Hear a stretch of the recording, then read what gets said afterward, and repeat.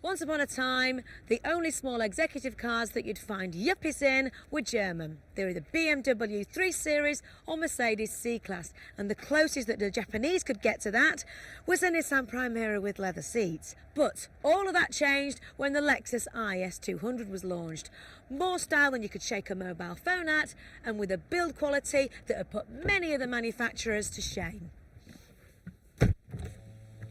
But the big question is, does the LS200 make the grade in this class?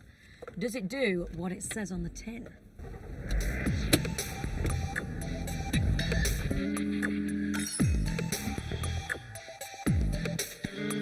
In this class of car, you've got your work cut out from the start.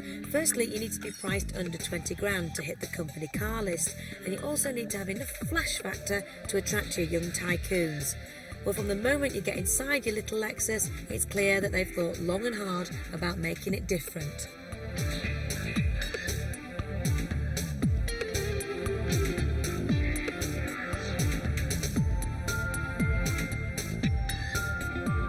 The dashboard layout is certainly not run-of-the-mill. There's more switches and buttons in here than you'd find in the cockpit of a 747.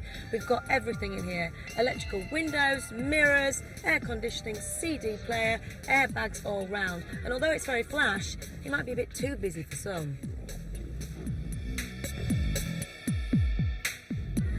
The most striking feature is this instrument dial that looks a little bit like an expensive watch that you'd find on the wrist of our young executive.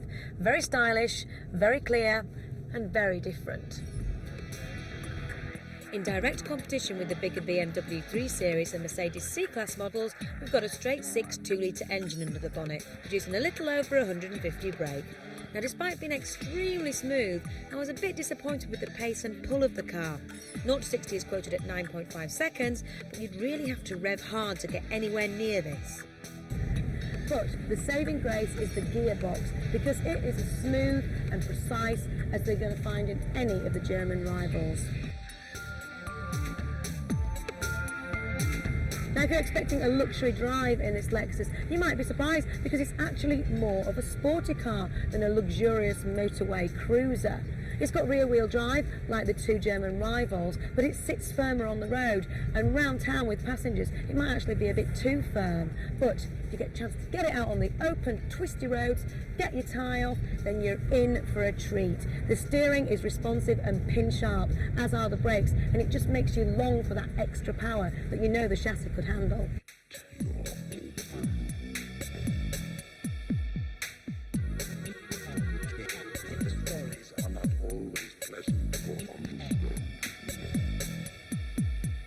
Overall, this car is everything I'd expect it to be wearing a Lexus badge, and it is a worthy competitor of BMW and Mercedes. And apart from the build quality and the obvious style, the fact that it isn't a BMW or Mercedes is actually sales figures, because I reckon that people are looking for an executive car that's a bit different.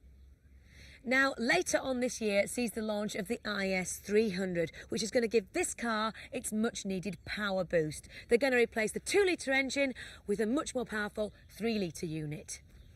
There's no word on price yet, but it'll definitely take it out of the sub-20 grand exec bracket. But for many of you, this won't be a problem, because by then you'll be a couple of steps closer being Bill Gates' neighbour.